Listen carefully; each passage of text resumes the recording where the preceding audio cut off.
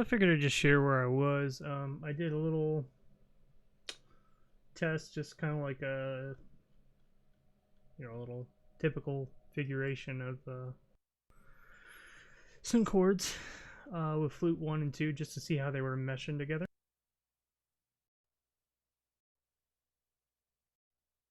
And this is basically, yeah, this is what I came up with.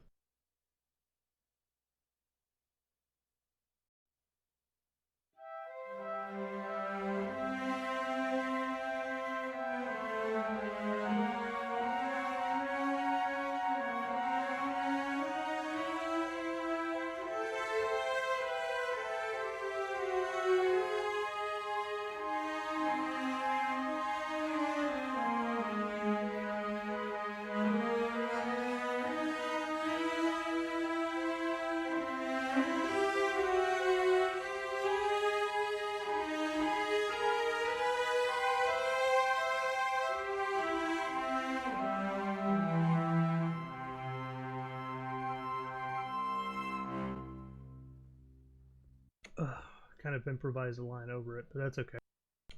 I'm gonna save that for funsies, just because I want to do similar tests. I've already got something like record.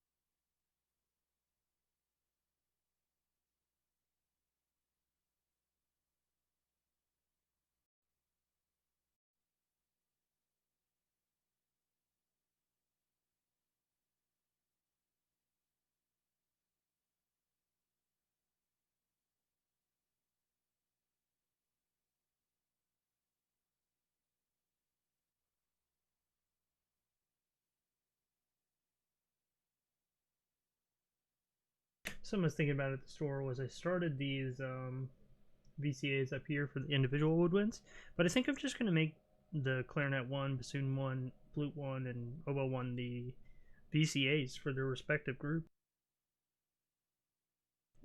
I feel like that makes a whole lot more sense.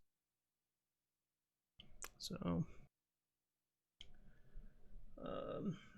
I mean, at least that's how I'm imagining it. And if that's the case, I don't know if I want to just go ahead and do like little groups similar to this, or maybe pick a different color every time I go to a new thing here, but it wouldn't make a whole lot of sense because even though it's not the way a score would be written, I have the non-pitch percussion underneath the strings. So I don't know. I don't know.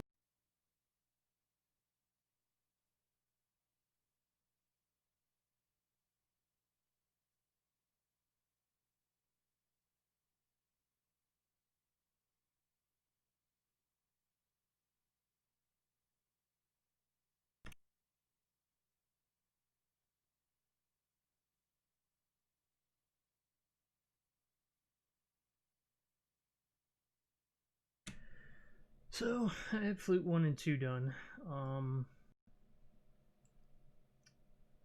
So essentially at this point I need to change the iterator.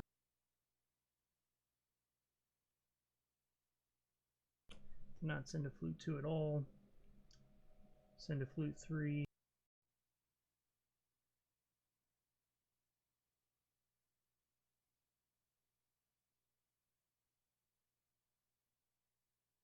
And then I need to change one of these over. This one, I guess, to instead of flute 1, I need to send it to flute 2.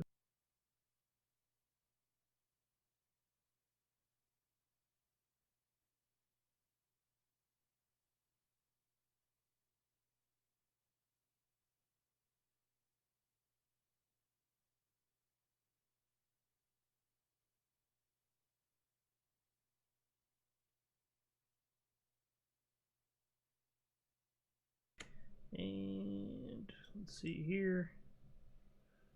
So this should be, actually make sure this as well. Go ahead and make sure legato's on. And should be able to just use the iterator, do I suppose I should have probably made sure of this as well. Before I go ahead and just make sure that this is somewhere in the general ballpark of the other two. That way, when I actually go to balance out the articulations, I got a little bit of wiggle room. This flute seemed to be weird on this one, so I wanted to start pretty low. And maybe something like that. Around minus 10 decibels. And then I'll balance it, the master volume, and then fine tune it afterwards.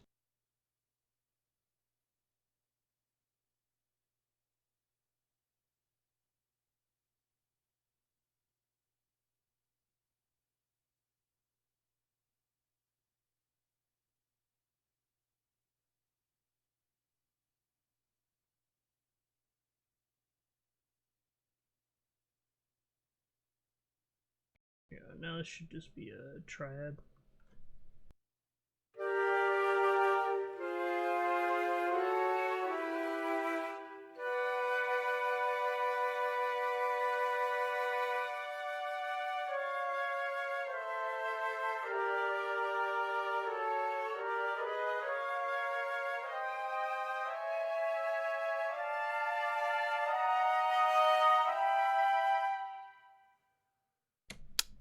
I kind of have to figure out whether or not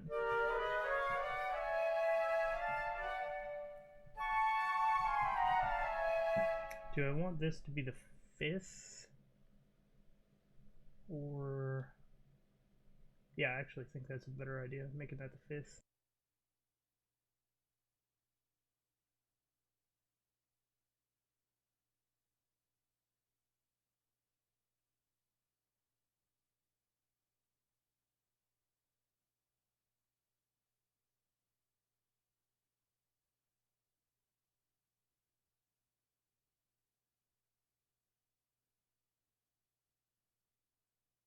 So it should still be a minor triad.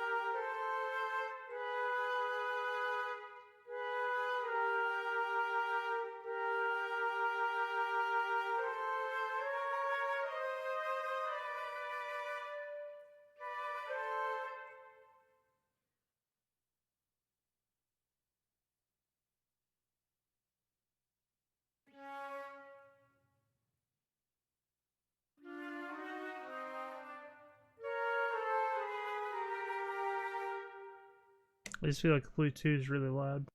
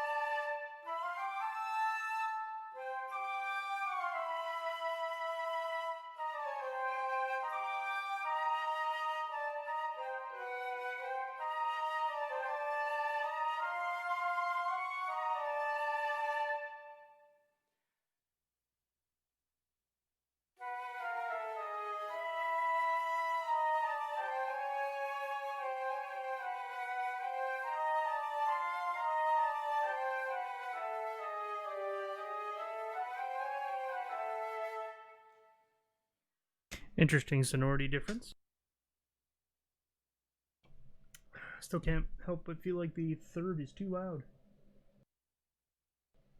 Let me try that again.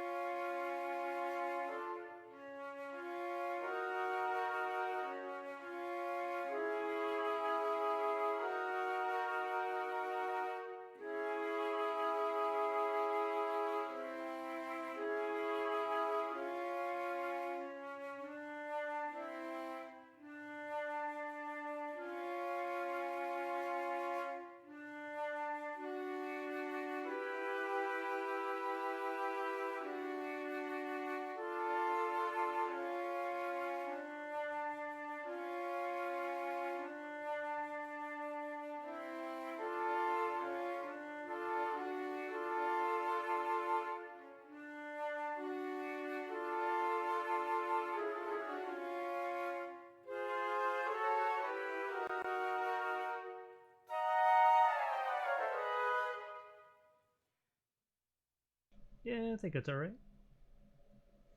I guess go to number 2 here.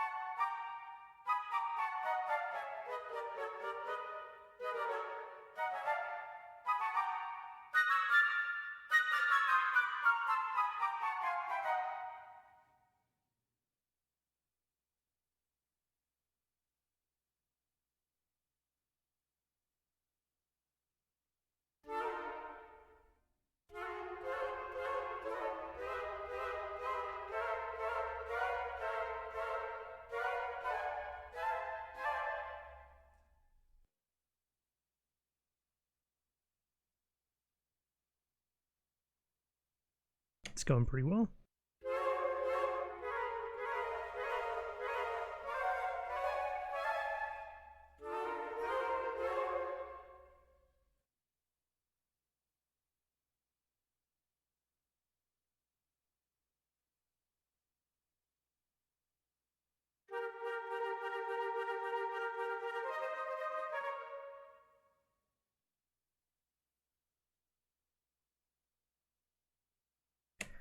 Well, that's Flute 1 or Flute 3.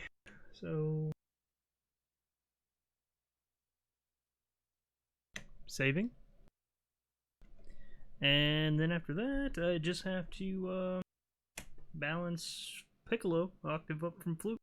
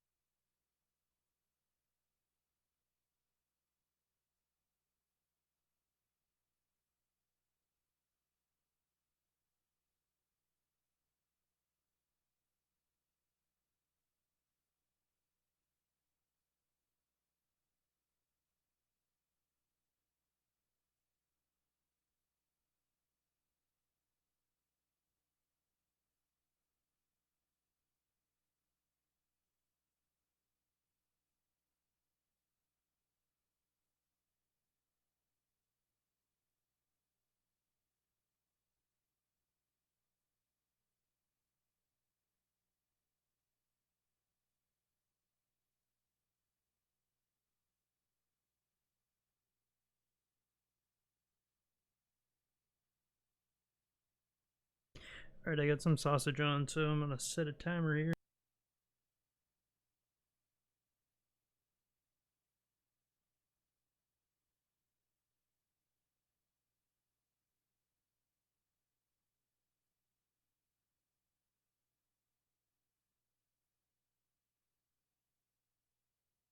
That should be good. Alrighty.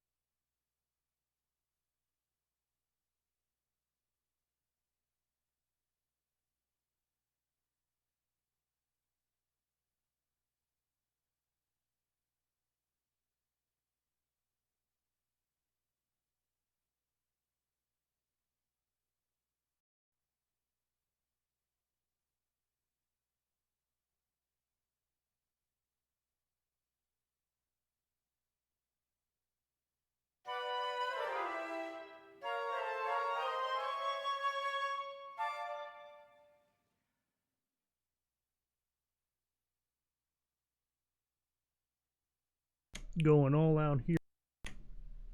Just trying to see what this sounds like.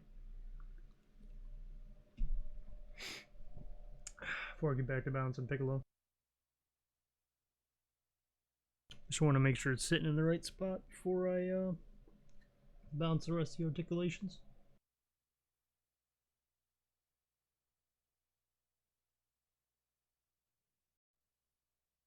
Let's try that again.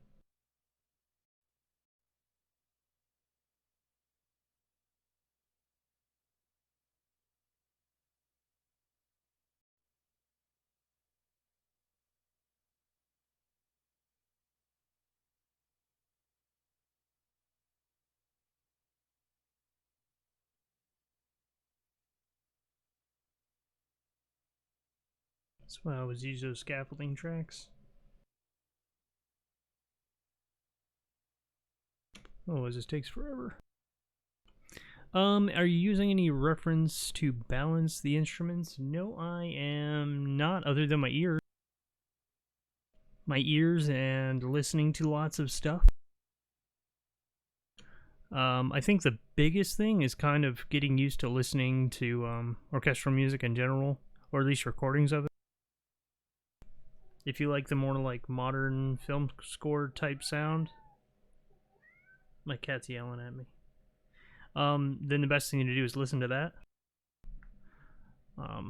And that's what I like. So that's kind of what I listen to.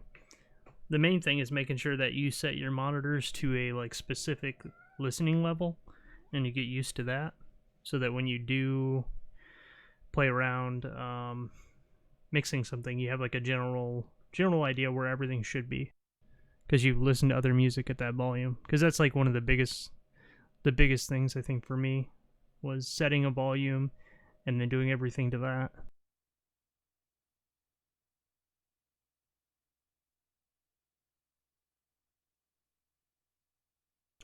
So, and what all I did was I took one of the tracks from The Last Jedi. No, was it The Last Jedi?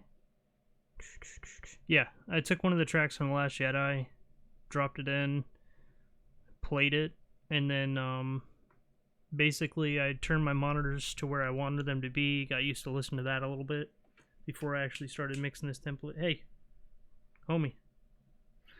Cat's trying to chew cables. Give me a sec. But yeah, so I basically just did that, so that when I actually do go and sit down and do something, I do it all at a similar volume. But I use VCAs, so I'm not too worried about the natural mix, because I'm just going to move faders around.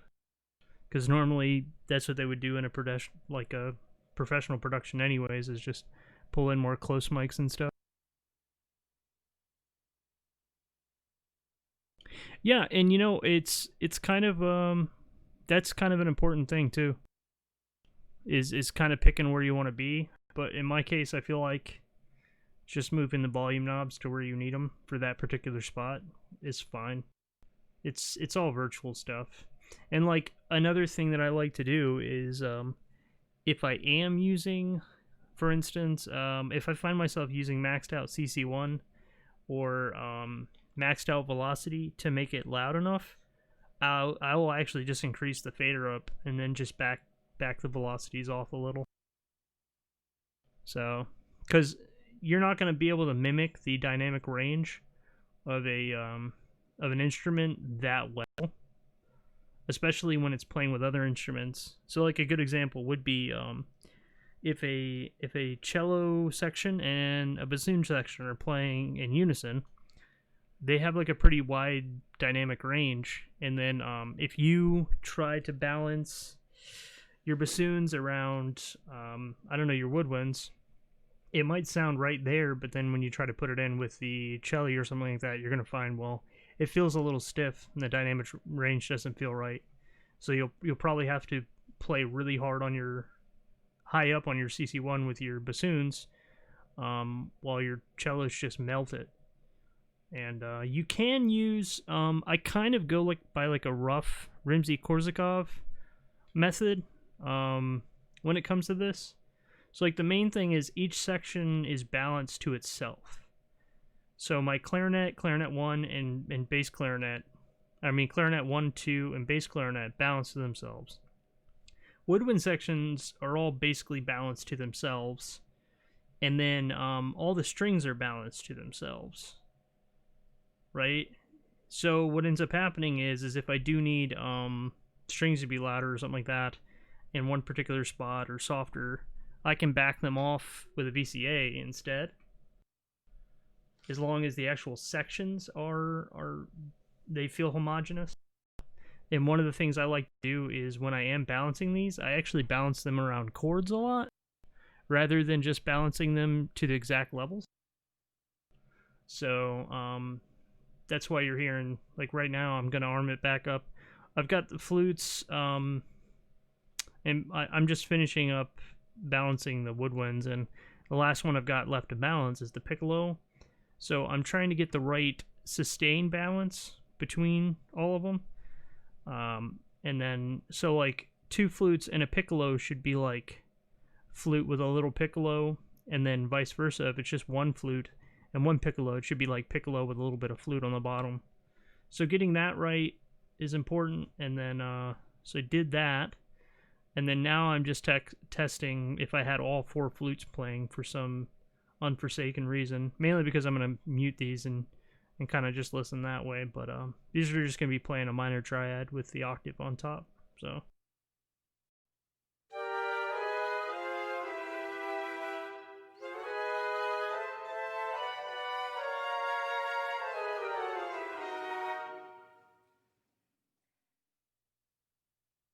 this should sound like piccolo with a little bit of flute in the bottom.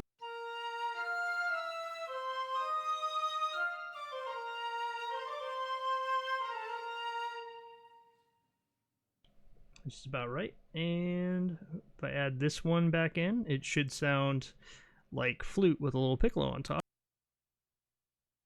Because now we're at 2 flutes and 1 piccolo.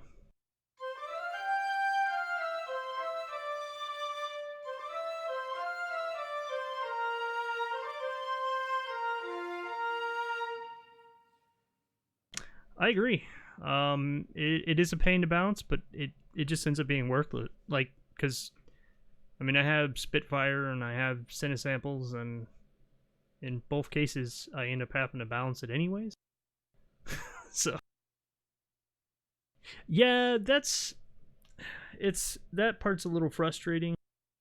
I'm a little bit more frustrated with the woodwinds than anything else, because with the woodwinds, you've got the trade-off of you get much better mic selection and more consistency with the revive, but you don't get to use the all the extra instruments from the expansion if you do it that way. Well, I mean, you can, but it's a different miking setup. Yeah. Yeah, so I rebalance all of them, and I don't really care about authenticity, but more or less if I was going to program a musical phrase, if it makes sense. So if I arm like the clarinet, yeah, sure, why not? Clarinet. So if I play through the different, I'll actually pull up this real quick.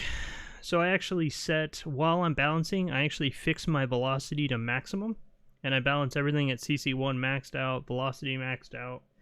And I will show you my other controller here, so you can see when I'm switching articulations and how they're generally the same volume, because the only main ones are your trills are going to be kind of balanced together, and they're going to be balanced to sustains, and then trying to make sure the relationship between the sustains and the shorts are decent. So I've got, if I just play these real quick, so that's going to be my legato. That's going to, well, sustain or legato with vibrato, sustain or legato without vibrato. That's my regular trills. This, I've got sforzando when it has it, portato long if it has it, portato short if it has it, staccato, staccatissimo, and then it's a single trill, sforzando trill, and then doubles, triples, runs, and if it has it, I've got the tempo synced, the measured trill. But a good example though is when I rebalance all these, I should be able to play legato, you know, like, and then just add a measured trill on top of it, and it should be fine.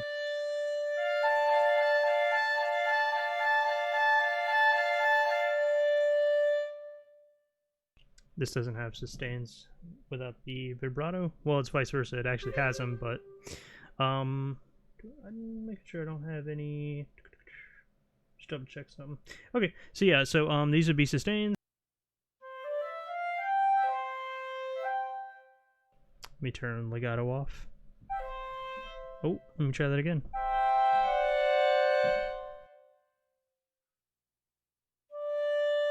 And then I should be able to switch to trills.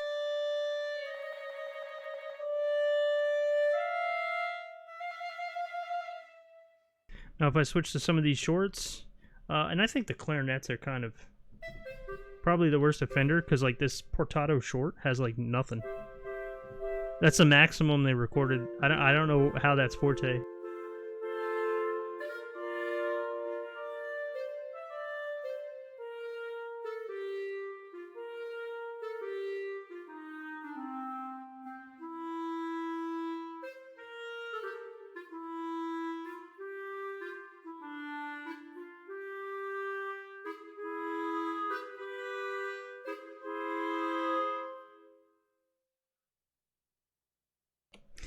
Yeah, and you can always just balance volume.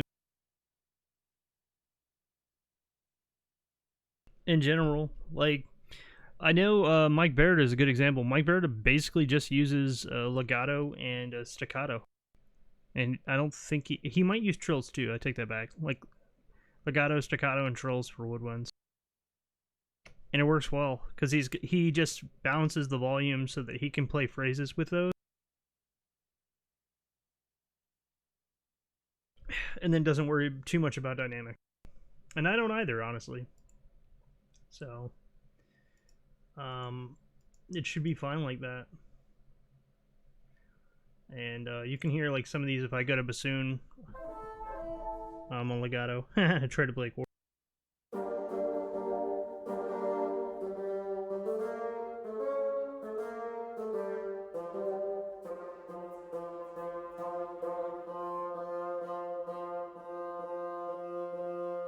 I just went through basically 7 articulations. Yeah, and they're all basically around the same spot. So if I play any kind of phrase,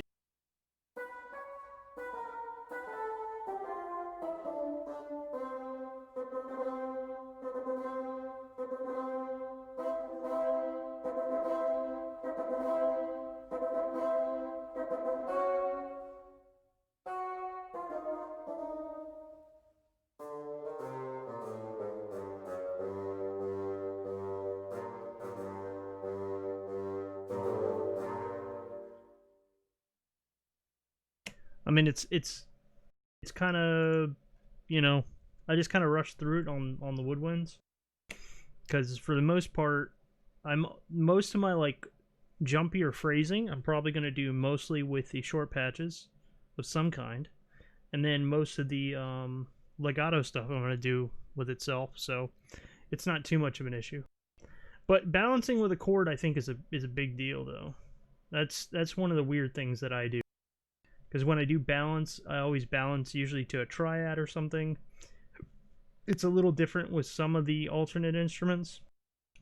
So I'll balance with a triad with oboe 1 being the 7th, or the 5th, I mean. The oboe 2 being the 3rd, and the English horn being the root. And then I'll turn around and some of these, like, so I'll do the thirds with clarinets 1 and 2. So one of them is just naturally going to be louder than the other because the third's not as important.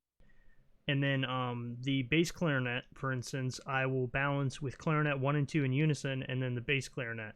So even though these aren't the same volume when you play them together, I can actually just arm staccato. It doesn't sound bad. So if you play one, it's going to be softer than the other. So I'll just do clarinet 2. And then clarinet 1 is going to be slightly different. You can hit more present. but now it sounds like an actual ensemble, and there's not too much mid buildup. And then the bass clarinet is probably going to be similar volume, even though it's legato. There we go. And the way I balance that is I actually balance those around an octave. So I'll play the A2 with both clarinets, and then an octave below with the bass clarinet, and I do the same thing with the bassoons. So if I do play,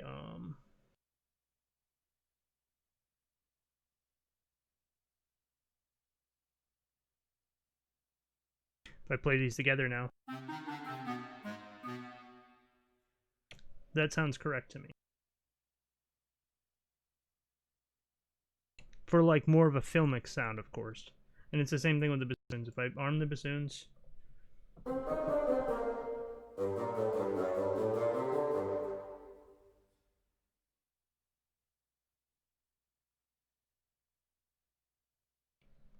the contrabassoon doesn't have the staccatissimo, so I'm just going to do staccato.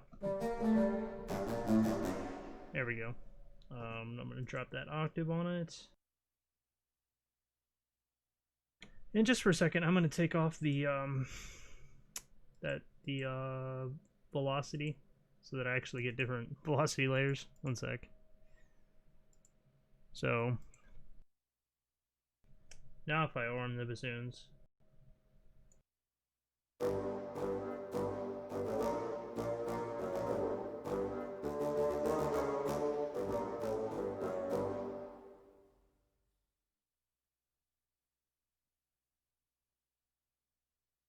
now if I throw one of these bassoons up a third, it will make sense.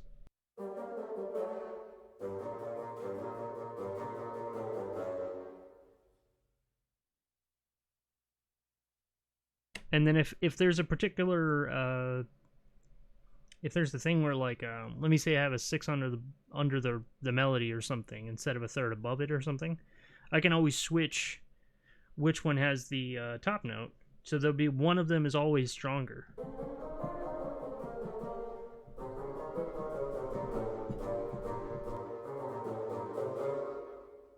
Of course, you can add the bassoon back in, or contrabassoon. And if I need to, because of the way I balanced them, I can actually just take this and change that to -5, and now I've got a second inversion triad.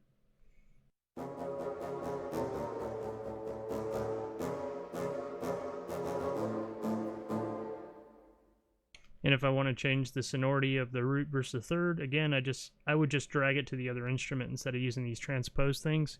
But this is just for balancing reasons. I have all these laid out. So again, if I change the sonority by just switching which one has the third.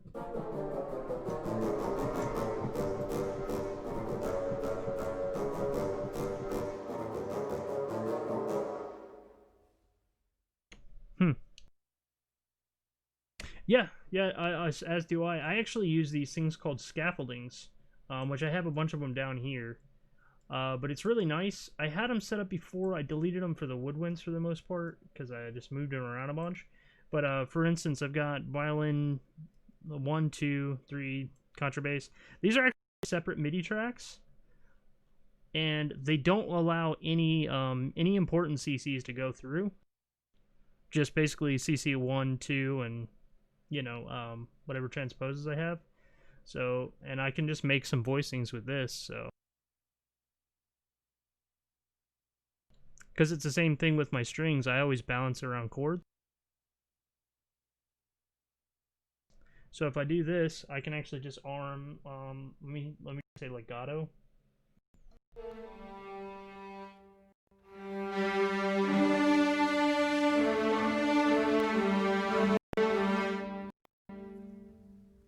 It's going to be angry that I'm basically playing 15 legatos at the same time here, but, and let's say I do want to do like cello and contrabass and octaves, I just do this. There.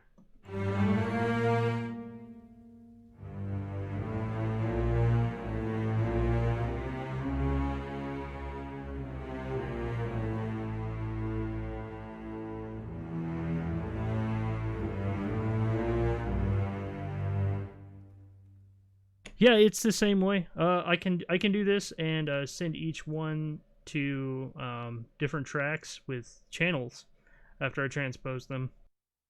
So I can just make an instrument combination. Like if I want bassoon with a flute 2 octaves above, I can do that. And then just based on sending different MIDI channels and then just transposing the MIDI channels. So, and yeah, it's nice. So I use these scaffolding and then I just copy paste them into the real track and transpose them to where they need to be. It's a nice way to work. I use these often. I actually use this thing called an iterator that I made. I didn't make this channel iterator plugin, but it basically round robins different MIDI channels. But what I have it doing is going back and forth between another like channel to. I'm trying to think of the best way to describe it. It's what's interesting. So like I'll actually show you how this works with the piccolo. I'll actually use it. I haven't been using it because I've been lazy about it, but it's really nice if you are balancing. So I'll show you how it works real quick. So basically I've got this iterator channel and it bounces, every other note goes to channel 1 or 2. And then I can send the channel 1 from this to what I want. So let's send it to channel 1 to channel 1 on the piccolo.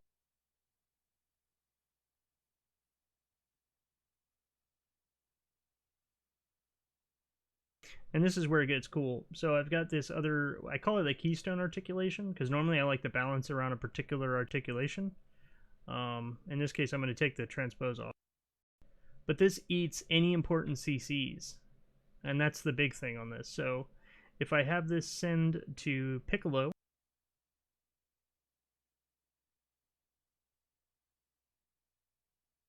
in this case, like let's say I want to balance, let me get the balance of, for instance,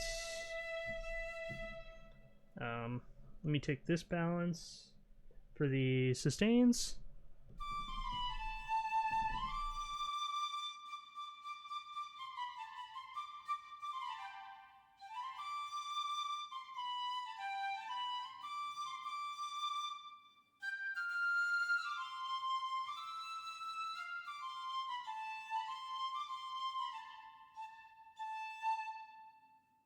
So that feels pretty good. Let me go to change my velocity to fixed to max real quick.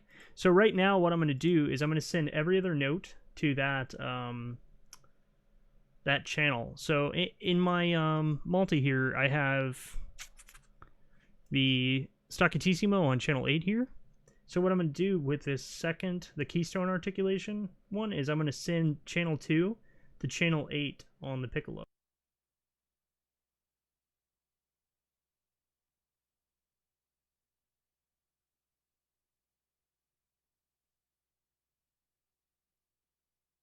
Now what's going to happen is I can pick the articulation I want to balance by selecting piccolo, and say I want to balance. Do I have a sforzando? One sec. I don't have a sforzando. Do I have a portato long? I've got a portato long. Okay. So, let me make sure that's up. Is it really that quiet? Shit, it is. Okay.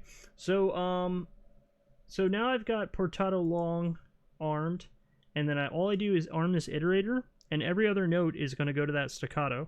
So, and it's going to block any of the microphone CCs because I've got them all eaten here. So CC 7, 3, well 3 I use sometimes if I need to add a little extra volume. I just go into the output buses and I add a gain stage thing in there. But yeah, so all these CCs are getting eaten before they actually go out to that. So they're not going to affect 8 at all. So I can sit here and just to show you, I can reduce. Let me see here. I was on the portato long. Okay, so I can show you right here. I can reduce the CC all the way down. Every other note is still going to be that. Should be. One sec. Where are we at here? Okay, so what are we missing here? Oh, whoops, that's why. Okay, let me fix that. One sec.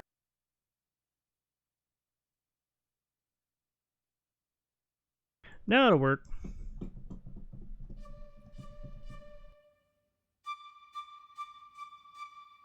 So,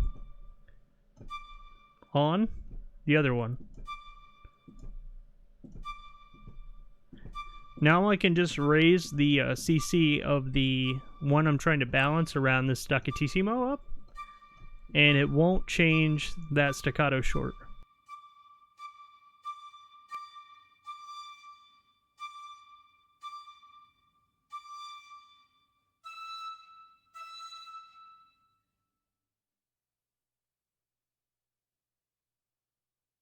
I think I accidentally set it to it twice. One sec.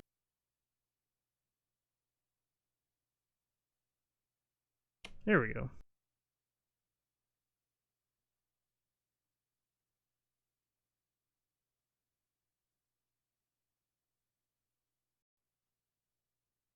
There we go.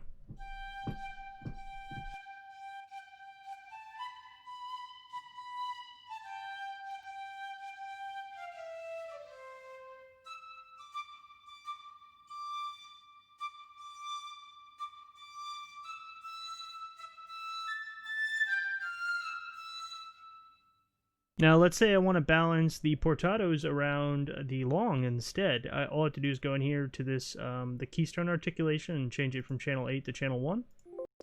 I might want to use... It might be okay that... No. I'd have to use 2, I think, for that.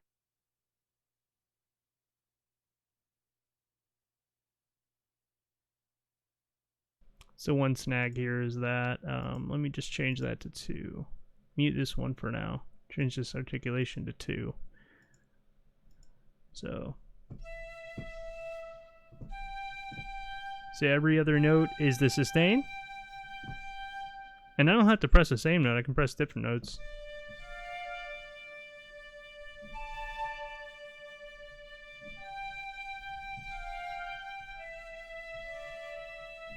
So.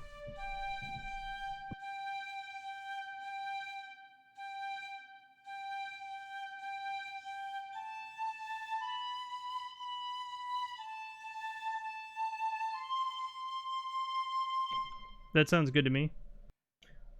So if I just go to the piccolo here and arm channel 4, I can bounce the other portato again to the sustain. So I'll go back to my iterator. I'll turn the CC all the way down first. That's just the way I like to work because I don't want my ears to be spoiled at all.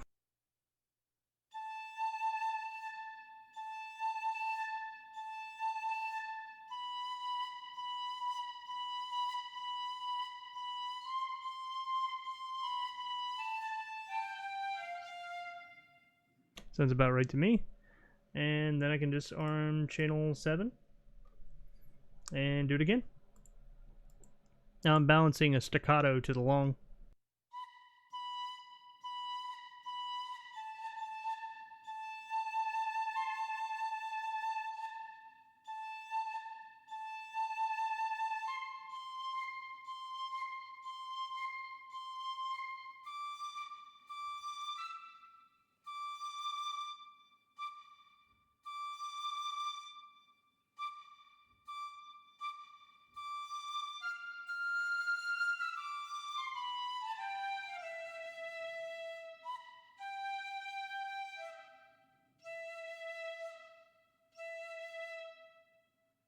I feel like it's pretty balanced. Now I'll go to 8.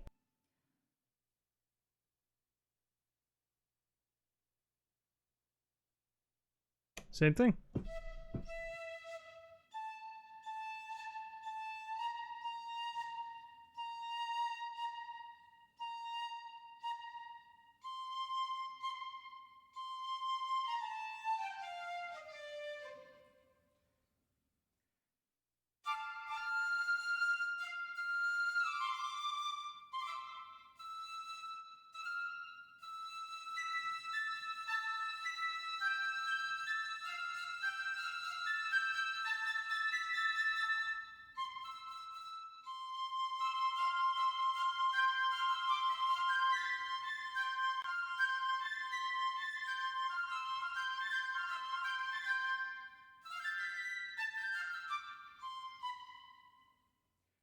I feel like that's pretty balanced.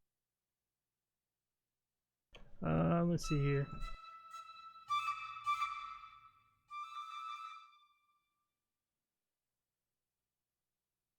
Alright, let me balance it in a normal way here. Let me go back to 1 here on this one.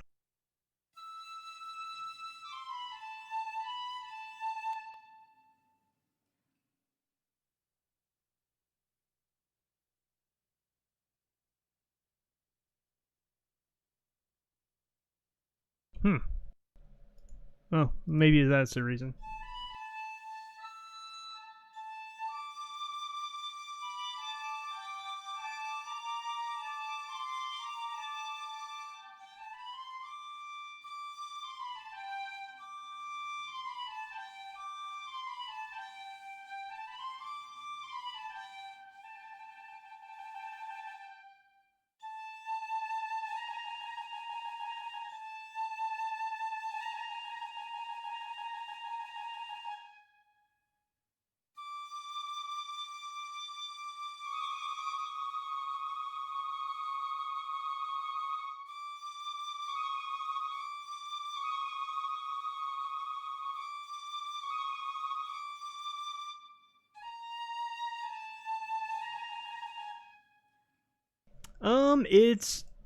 It's gonna be 99.9% orchestral tools.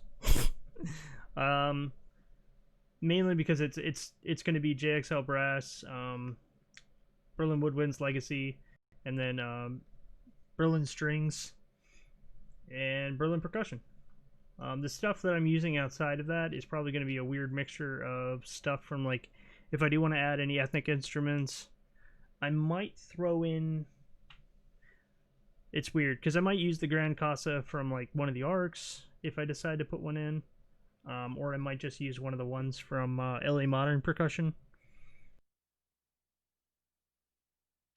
Arc 2 has some good stuff in it too, man. The only thing that's weird is I always felt like it was weird that Arc 2 always has they always have the close mics really high up, and they're playing really quiet, so just I think it just brings up too much scratchiness. So then the strings sound weird, and you're like, well, that's odd. But there's some good stuff in Metropolis Arc 2 for sure. Yeah, well, you have to think all of those recordings should actually be much quieter than they are. Like they should, like if you were balancing it around other instruments with the dynamics, they should all be really low in comparison. And then so like when you crank really quiet things up, you're just increasing the noise floor. If that makes sense. So, because you're like taking pianissimo samples and then just cranking them up. So, but some of the stuff I like. I mean, I actually I enjoy the harmonium for one. Some of the percussion's pretty good too, especially of course the choir. The basso profundo is fucking sweet, just in general. But even some of the woods in this, like I like the alto flutes a lot, and of course the bass clarinets and the contrabass clarinets. So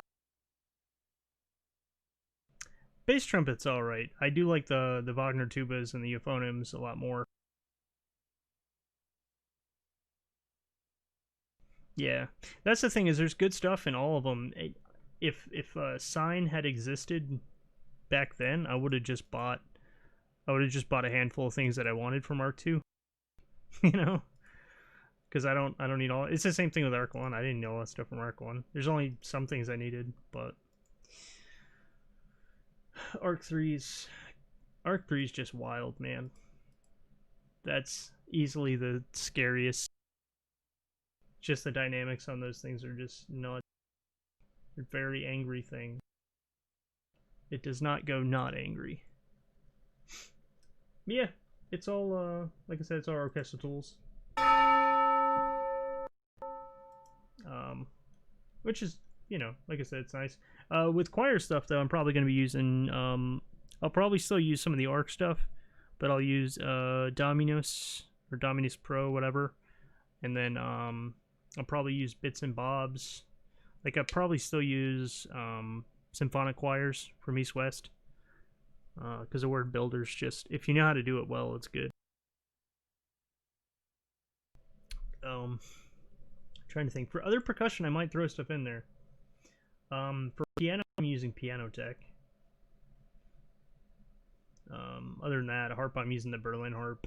And the harpsichord, I'm using the Berlin harpsichord. I'm trying to think. Is there anything else I would possibly put in there? I might use some of the Cinewind stuff for like solo instruments, just so I don't have to mess around with these for when I want like a solo flute or solo clarinet or something. Yeah, yeah, they are. But I think that's probably all I would put in there. I might make a quartet with like, I don't know. I thought about making like a quartet with well, it wouldn't be a quartet, but like a lighter strings thing with LA scoring strings and first chairs from Berlin. Just using the first chairs from both. But I don't know. Mix and match. It's kind of whatevs. I don't think I'm going to use Berlin brass at all, which is the weird part. I could use the trumpets, but I honestly, if you're smart about the mic choice and the attack, the trumpets and JXL aren't that weird. Yeah, they go well, period. They just go well. I had some makeshift Visi patches. I don't know if any of them are still. I'm trying to see if I can load up one of these. It should still have it.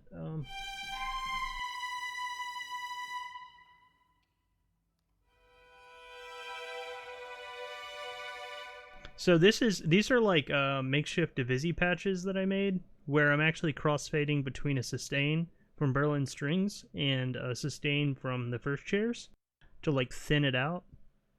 So if I were playing like full on, just like in this case it'd be violas or violin twos. Let me play as B flat.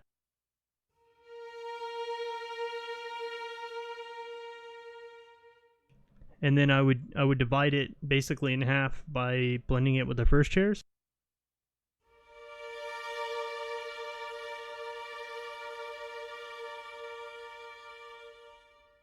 And then thirds by having even more of the first chair.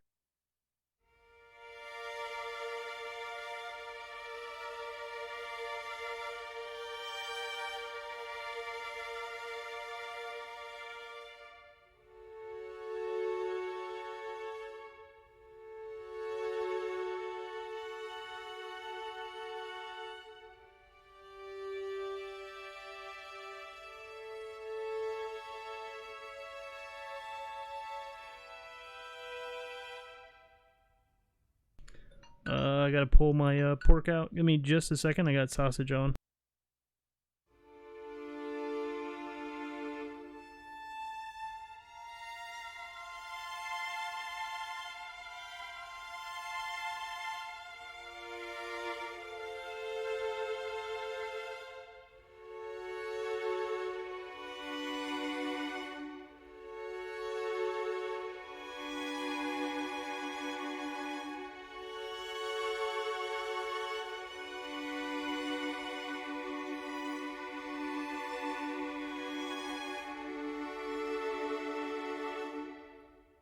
You know what that's from.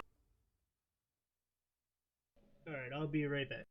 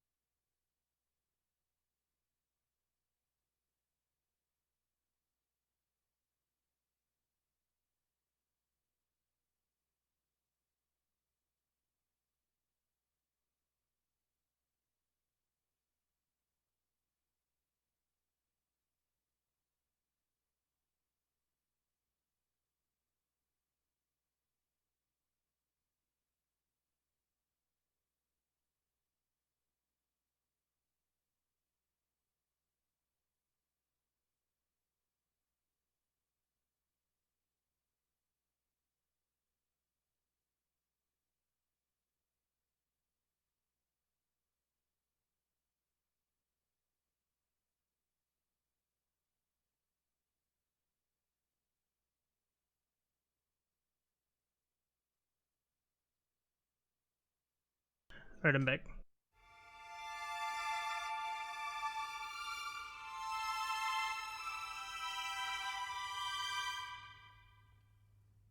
I love the Divisi though.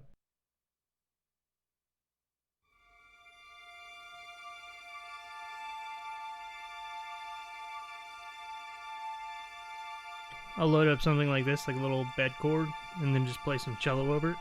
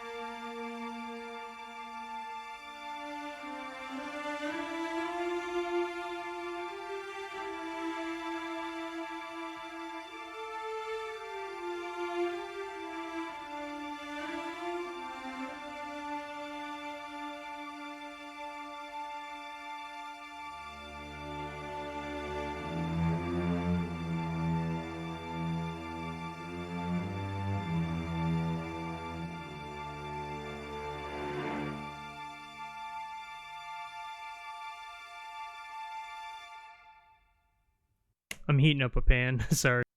I'm just gonna fry that thing real quick. Yeah. Definitely, I'm gonna agree. There's something useful in all the art. All of them. Definitely nowadays, though, I'll just wait till they come out on, you know, Sign Player. No, I'm expecting the next one's probably gonna be, I imagine, Berlin percussion. That's the only thing I can imagine. Unless they throw the pianos on there. That's an alternative, I guess. I don't know. But percussion seems like the one that's probably going to be next, because everything else requires some kind of tempo sync thing. Arc 3 requires that. Arc 4, maybe not. Actually, take that back. Arc 4... No, because Arc 4 has a Trills orchestrator. Maybe. I don't know. Berlin Strings is pretty... It's really just unbalanced. It took me forever to balance my strings, but I love them now. Absolutely love them now. I don't know if you saw my little, like, when I finished strings, I did, like, a short little demo thing. I'll just play that for you real quick.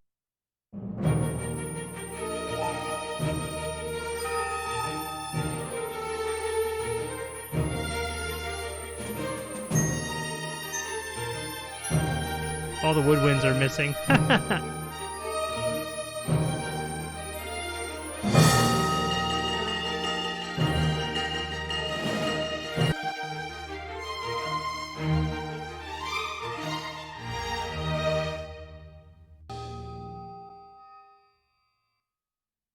I'm missing half the shit from when I made that, but that's okay. It's not a real piece of music. It's just a pretendy.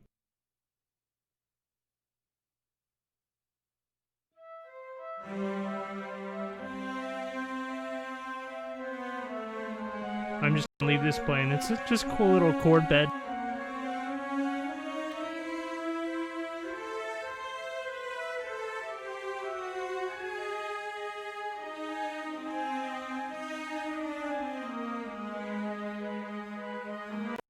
In this case, it's just me playing that one. I should be scooping the attacks a little bit. I also have the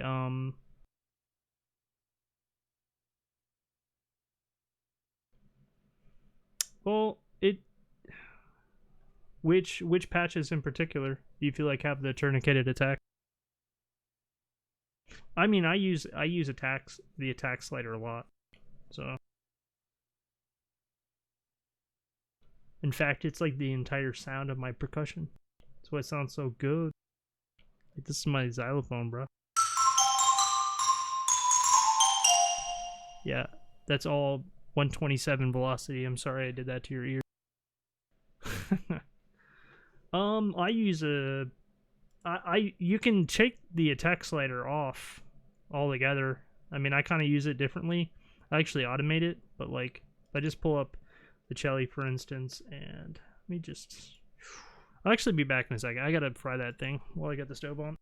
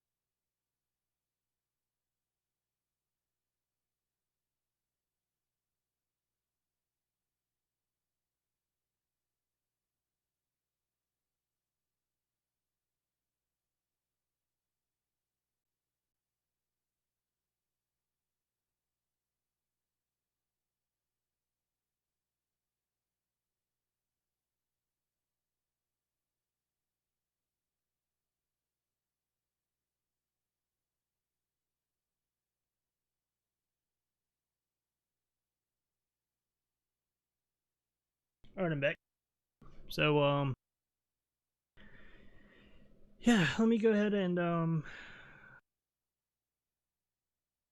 set this so I can actually change the velocity. It's my playing. Okay, so,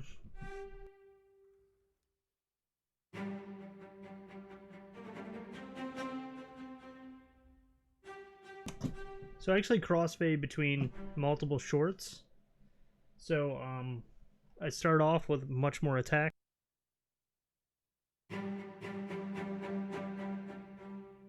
Notice how if I move the CC2 up, you're getting more, more or less the bowing versus not. So if I do play,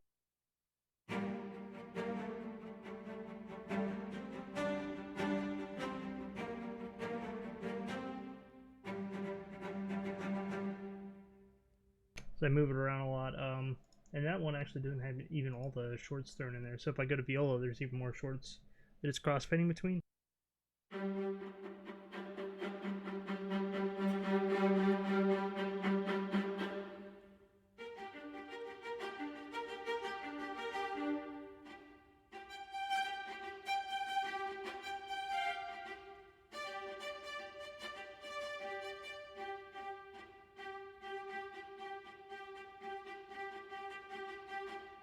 You can almost play it in like that.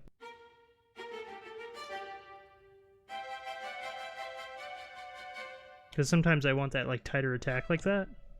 So.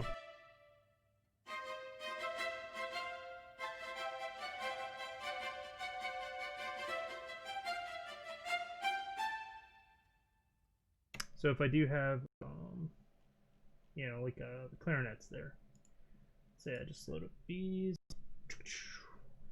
Now I'm just gonna play with the VCAs when I actually play this in.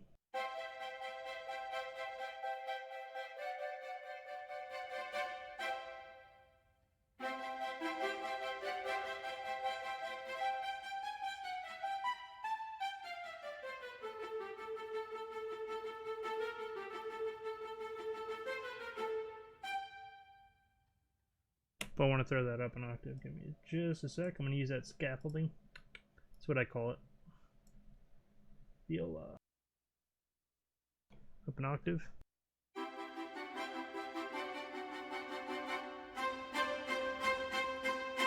So that's a really harsh attack, and I just back it off to where I want.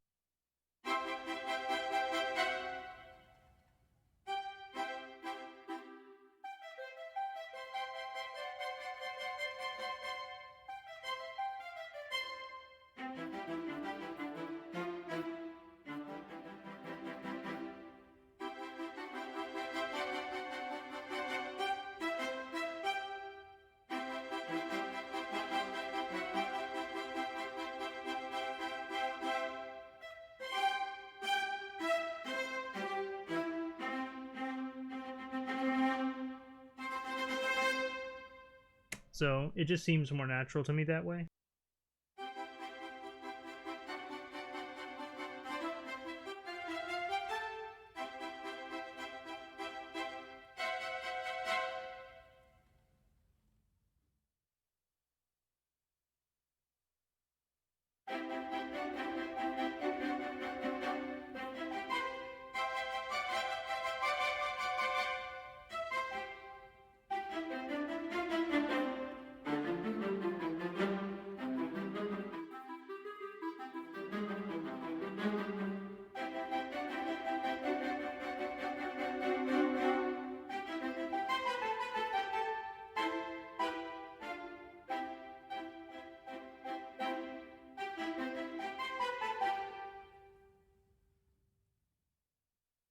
I always reset my VCAs when I am balancing though, so I'm just gonna set this back real quick. All good, back to normal. This is so ghetto. I don't have any hot dog buns, but I'm eating Italian sausage on a piece of bread, like sandwich bread.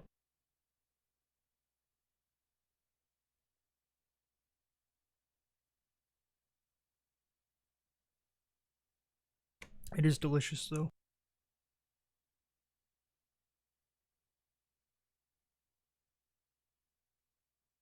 Mm. All right, back to this piccolo business.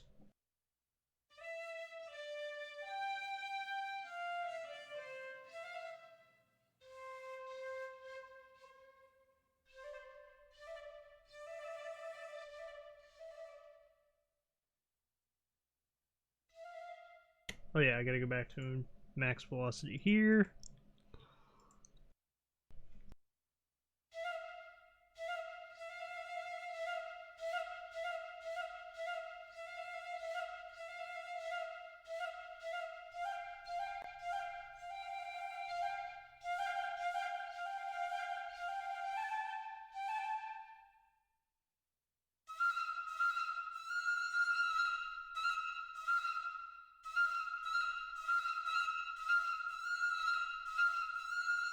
So there I alternate between the three different trills, trill single, sforzando, and the you know, actual regular trill.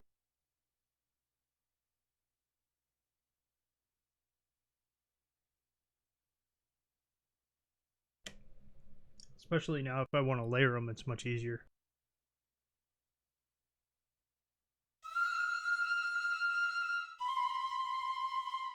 Just add a little bit more bite.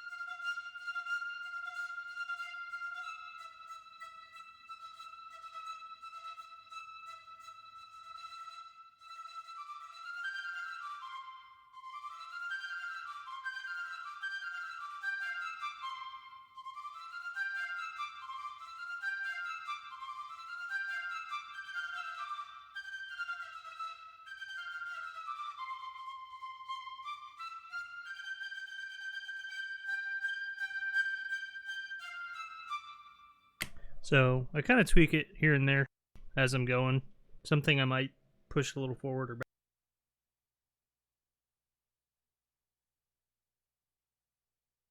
I felt like that Sakitissimo was a little too hard. Oh, because I like having my piccolo pretty far back sounding, so I just need to do a run transition.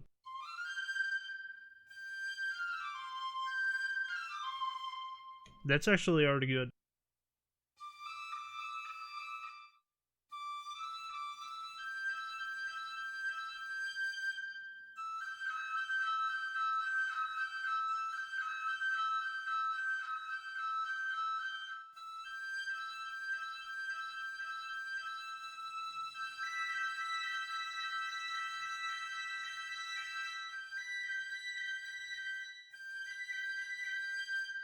So that's just balancing regular legato to the tempo synced trill.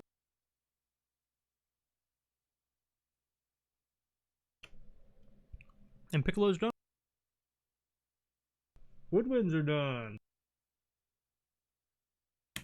Saving.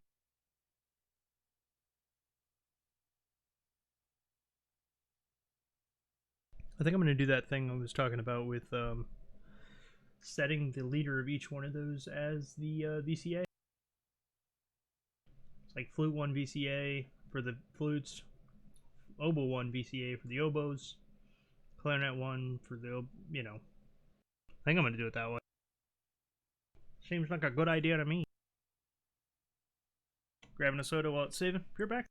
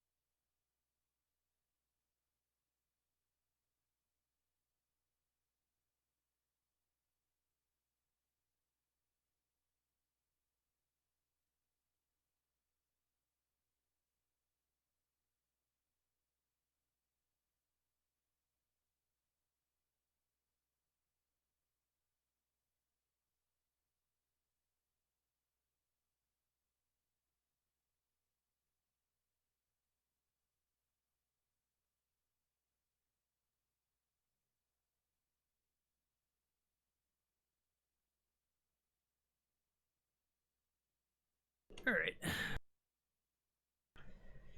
I am back. This cat, on the other hand, meow, wants to fuck around. So let's just do that VCA thing. So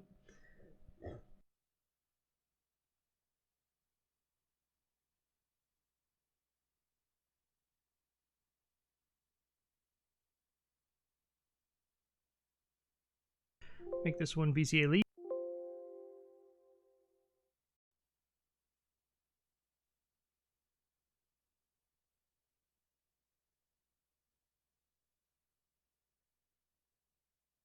And now let's VCA follow for flute.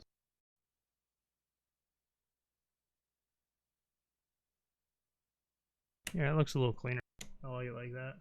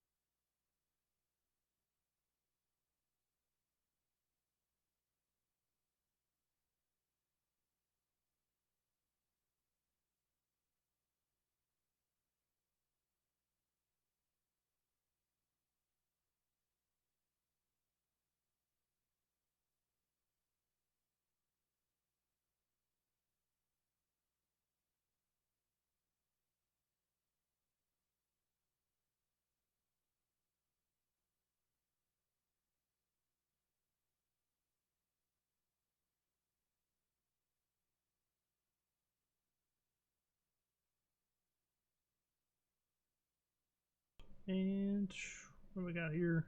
Oh yeah, I need bassoon one.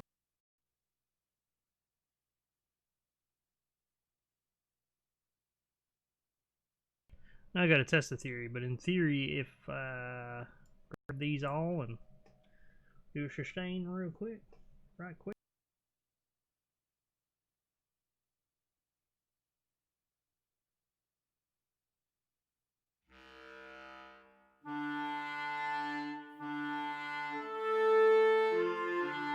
I should be able to just move clarinet 1. Perfect. Perfect. Absolutely perfect.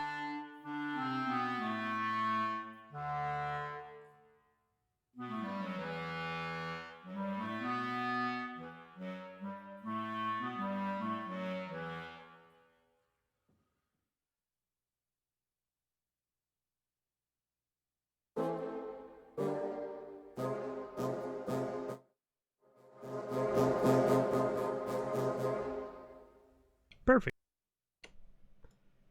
That's exactly how that should work.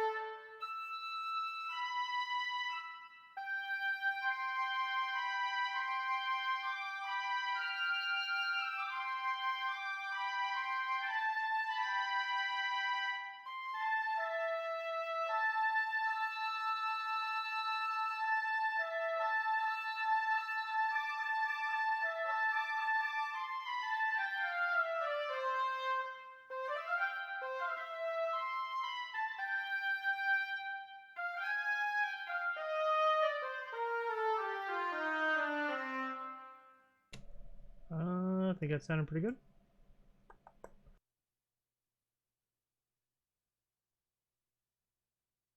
Get rid of these extra transposes real quick. Yeah, you need to be here. Then I'll be ready to save again. And then I can, thanks, man.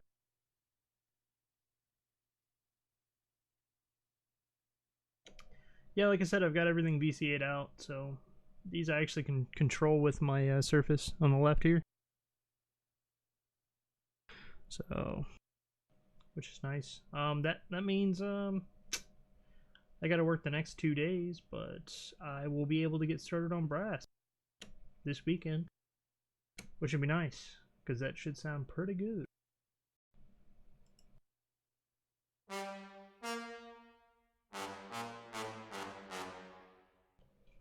I have no idea what's muted there, but something sounds muted. I forget to.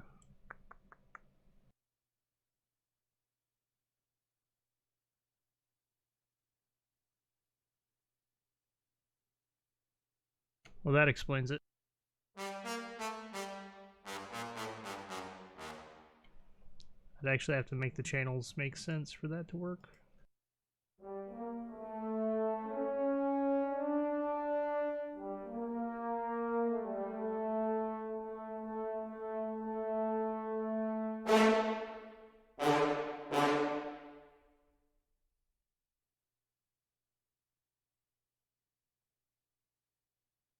Yeah, man, I'll see you around, dude.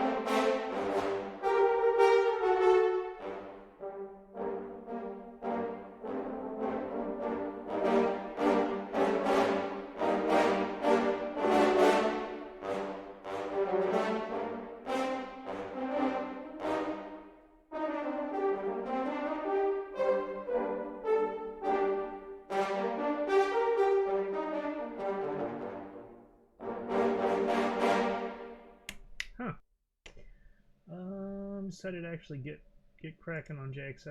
I've got some really cool ideas for how I'm gonna do it in Reaper. So that part is very nice. Ooh, I really like this. I wonder if I can change the group colors of these. Is that a thing?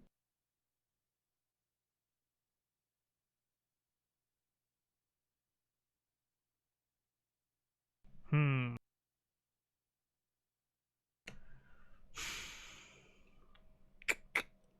Would be cool.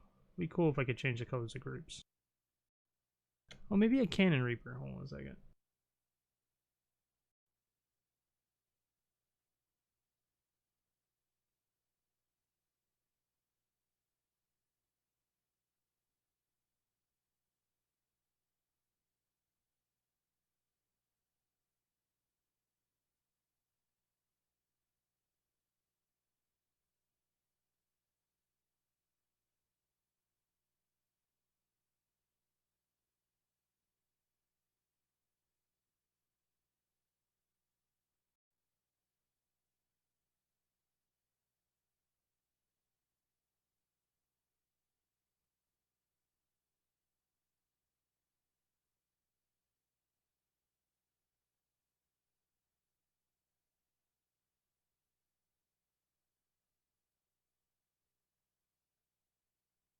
Huh. Looks like I might be able to actually do something after all here. So this looks like it's group 6. I think red's good for hobos.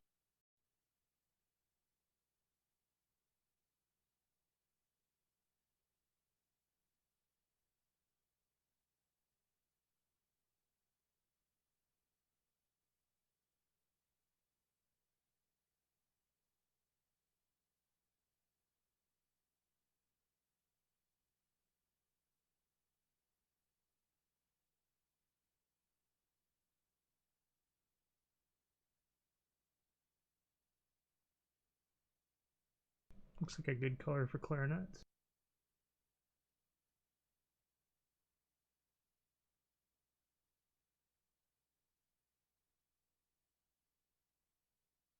Yeah, I like the idea of a nice purpley color. Well, I feel like I can do a little brighter than that.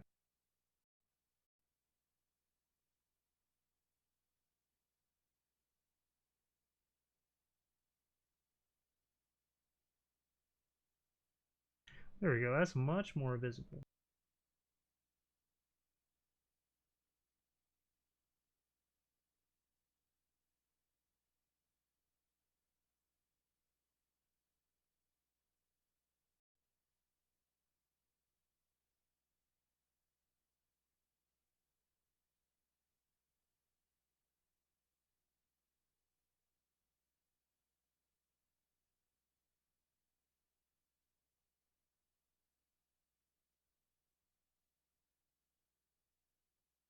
There, now those are all slightly different colors, but they're basically the same thing.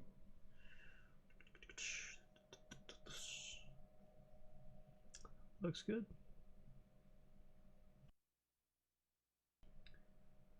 Oh, it's a nice thing to know that I can actually just change these group colors.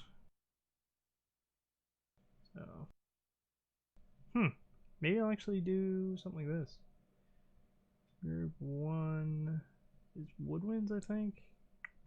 So maybe I'll do like a light blue for those.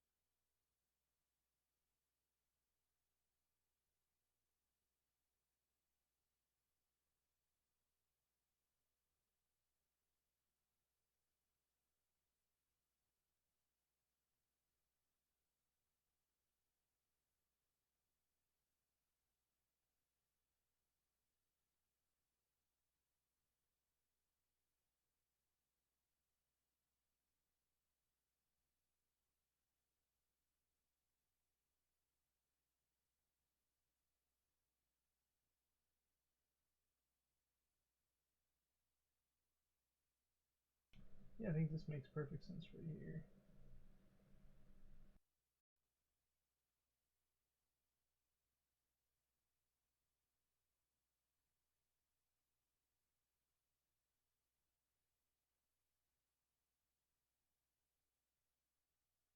Yeah, that looks good actually. Damn. Let me change this brown to a little lighter.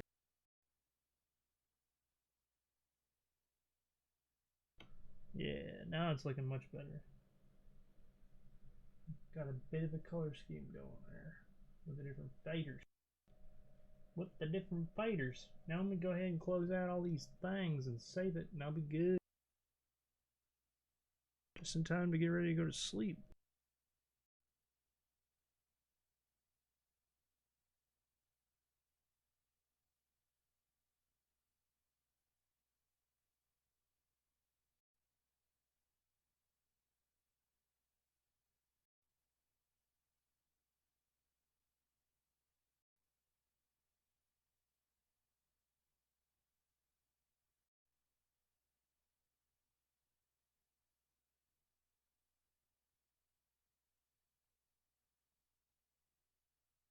That looks pretty good.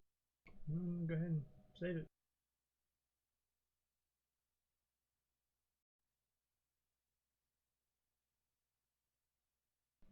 Alright, later guys.